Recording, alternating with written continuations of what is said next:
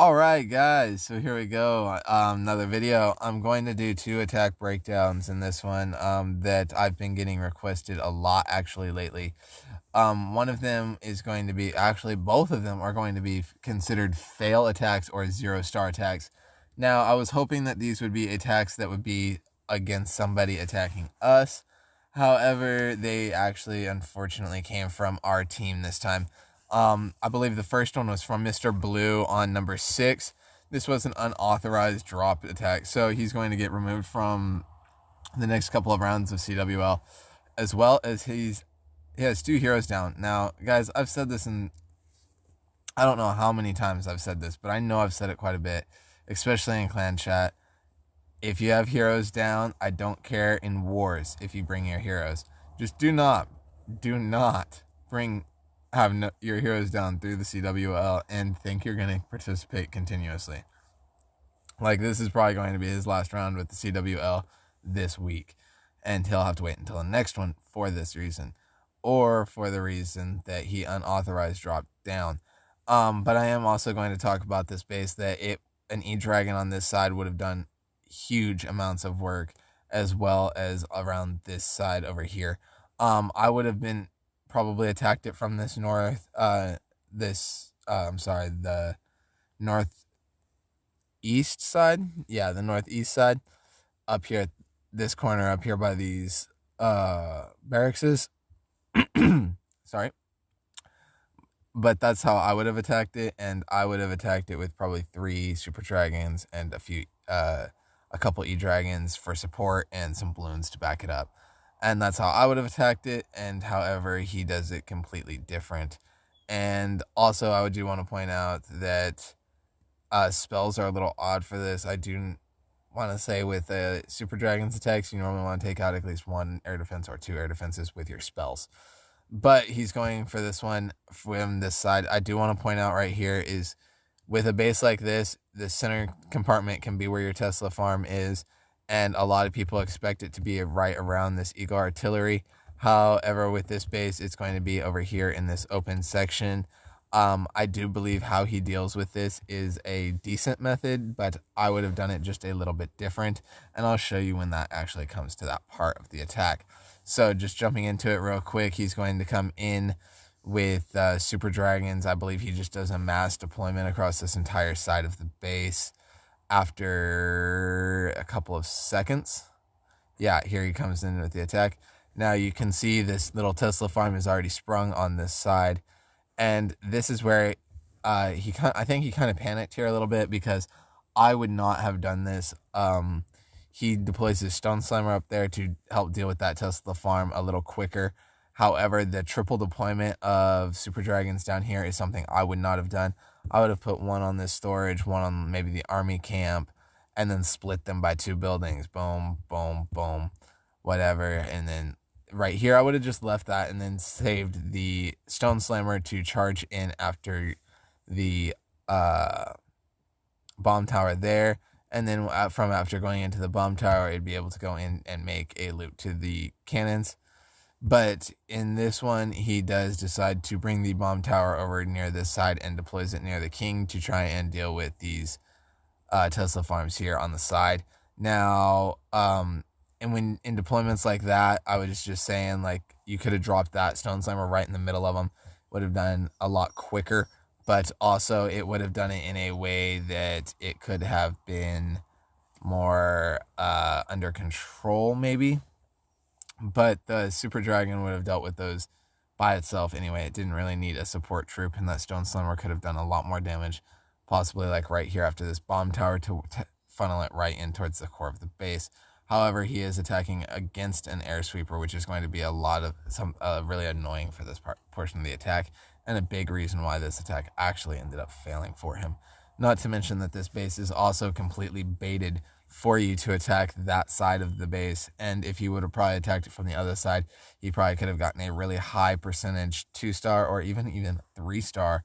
But with this same attack, that value on that freeze spell came in pretty decent.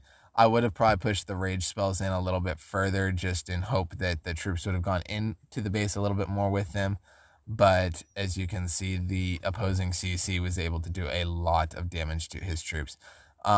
Super Dragon attacks is one of those attacks where you don't really have to worry about opposing CCs. However, if it is an opposing Super Dragon, a poison or a freeze spell is almost required for the Super Dragon attack. Now, his last Super Dragon is just going to go down here and clear out some of these last buildings. But like I was saying, guys, an E-Dragon or two with a couple of Super Dragons and balloons to back it probably would have done a lot better for this base, and especially attacking from the opposite side as he attacked. He attacked from the side that this base was baited for you to attack from, or even just looking at it now with this air sweeper here, you could have attacked it from this angle up here and not even dealt with air sweepers and probably gotten just a straight 2-star with the Super Dragon attack as well if he was trying to go for just the 2-star. Just this video is already getting a little bit lengthy with the first breakdown going into it. So I'm just going to jump straight into the second one because I'm also trying to get in a little bit about the update as well. So just going into the second attack by one of our newer clanmates, Jared. He got a 44% on number 8. This was an authorized one, so he's still going to be allowed to come into the next couple of rounds. However, this attack did fail for the one reason, in my opinion, that his dragons were a little bit too close together. And another thing I wanted to point out is, guys, if you can help it, do the lightning and earthquake, 2 lightning and an earthquake spell to take care of an air defense instead of the 3 lightning. It's the same spell space capacity. It's just the earthquake spell does damage to a lot more buildings in the area than the 3rd lightning spell, unless you're trying to go take down a hero as well as like he was trying to here, or even do damage to the hero.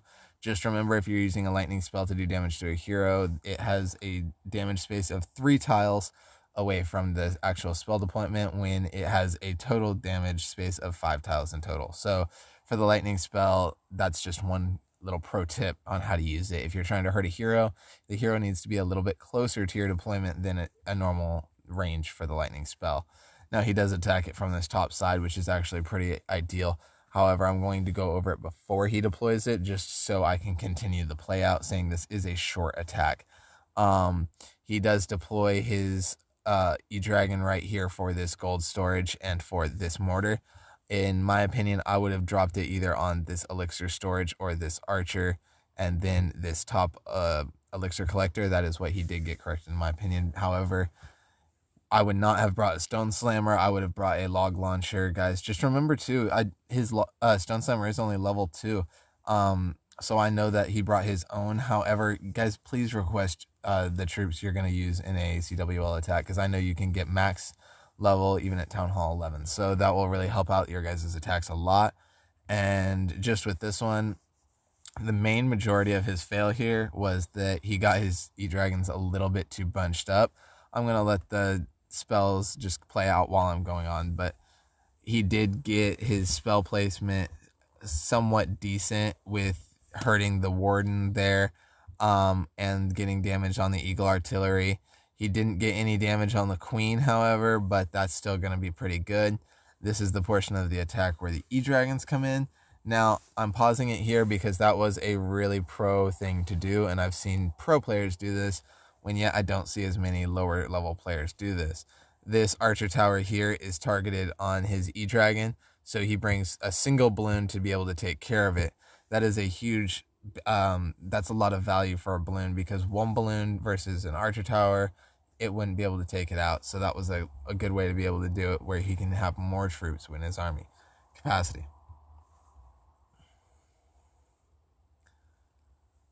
At this point in the attack, he's doing pretty good, and right around here is when I would have dropped the log launcher, probably right behind that E-Dragon to that would have killed the cannon, would have done damage to here, would have done damage to the expo, possibly even killed it, and taken out the air sweeper to help him get into that side of the base and secure the 1-star, which I can almost guarantee he was going for with how centralized those E-Dragons are.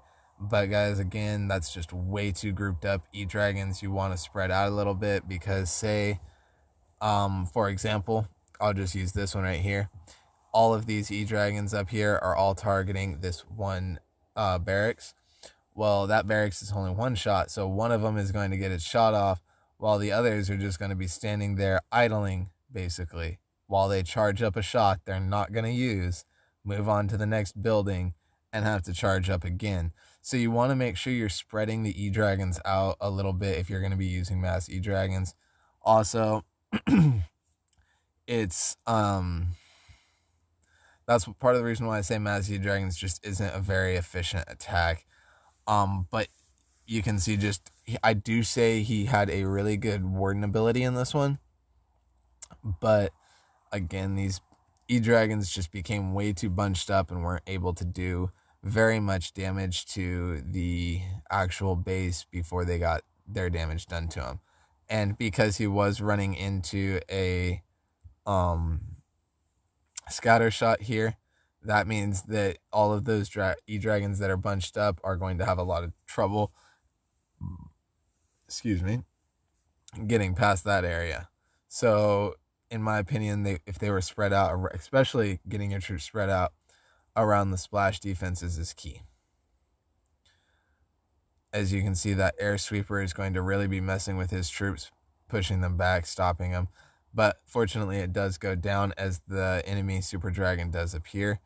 At this point, the raid is basically going towards a bad point, even though he just popped the Grand Warden's ability right as the king was inside of the circle, as well as all of his barbarians, so that got maximum value from that one, able to take out the enemy queen more quickly. I do believe that he would have hoped that this E-Dragon would have been in it as well, even though it wasn't. This Super Dragon is going to be doing a lot of work against his troops, as well as, guys, remember these Town Halls, Town Hall 13s, they hit hard. There's just no way to say that those Giga Infernos, they don't hit. So just make sure that if you see that little V next to it, the Roman numeral for 5, that means it's a level 5 when you're doing your scouting. The Town Halls, if you can see it right here in orange, will tell you what level it is on its defensive, so you can know like how to take it out. In this case, he tried pretty well with bringing the Eternal Tome from the Grand Warden in, did good damage to the enemy queen. The Town Hall just barely survives this one, but you can see all 3 of those Super Dragons just went down way too fast, and that basically ended this attack here. So that was just again, guys, I haven't really found a way for mass dragons to be successful as a 3-star attack strategy without a lot of support troops. So I say the E-Dragons are either the support troop or have to be supported very heavily. So with the video now getting into the 13-minute range, I'm just going to jump over to the clan capital to point out a couple of things real quick before I end off the video, because there are a couple of things I noticed and wanted to say. I'm pretty much dedicating my builders that I have for my heroes until the clan war leagues are over on the forage, so I can at least be able to contribute a little bit onto that one. Being the leader of the clan, I do plan on putting as much as I can into contributing, as well as I will be watching to see who's contributing through our clan tag. I can check here who's been the top contributors. So I will just be keeping an eye on that constantly. So just remember, guys, keep contributing. I do want to say congratulations to everyone and thank you, because we are now finally getting this Capital Peak Hall to level 2. But one thing I just had to point out is that there's a lot of room for improvement here, guys. Like, if you remember way back when the dock came out on our home base before the builder hall, we were all like, what are they doing with the dock? And the dock turned into a spot for the ship. Well, now this ship is the builder hall, and I say that they've got something similar here, and I wonder if they're going to do something about that in a future update as well. Now, that is a little bit of a reach, but what is not a reach for what they're going to do with the future update, and this is a huge hint from Supercell that they were trying to hope that most people would catch, and I haven't seen it on any YouTube videos yet, but I'm sure it will start to be being mentioned here shortly, is that if you look at the bottom of this mountain, you can see that there's at least 3 more right there on the same row as the Golem Quarry, three more like room for 3 more villages, almost seems. And then the next row there's room for 5, and then the next row there's room for 7, and then the next row there's 2 large platforms. Like, I have a feeling, like, are they going to be involving every troop, or are they going to be involving new troops? So guys, that's something that I'm just noticing as a player myself, and wondering what they're going to be bringing to future updates and how they're going to be expanding on the clan capital.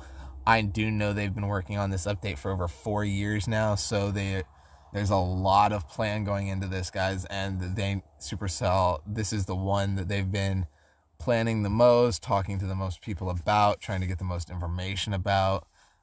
So I'm actually really hopeful for it. Also, I do know that the game has been kind of buggy since the update, and lagging and crashing altogether. I've been experiencing this a lot when I go over to the Capital Hall side and I try and come back to my home village. The game will crash out on me. I'm sure they're coming out with a bug fix within the week or so. It is kind of annoying that they dropped this update in the middle of the CWL, because that is going to take a lot of attention from it. However, I do know our war team is pretty good. Now, the video is getting kind of long, so I'm going to be cutting it here. So I just wanted to say, guys, remember to join us in the Discord.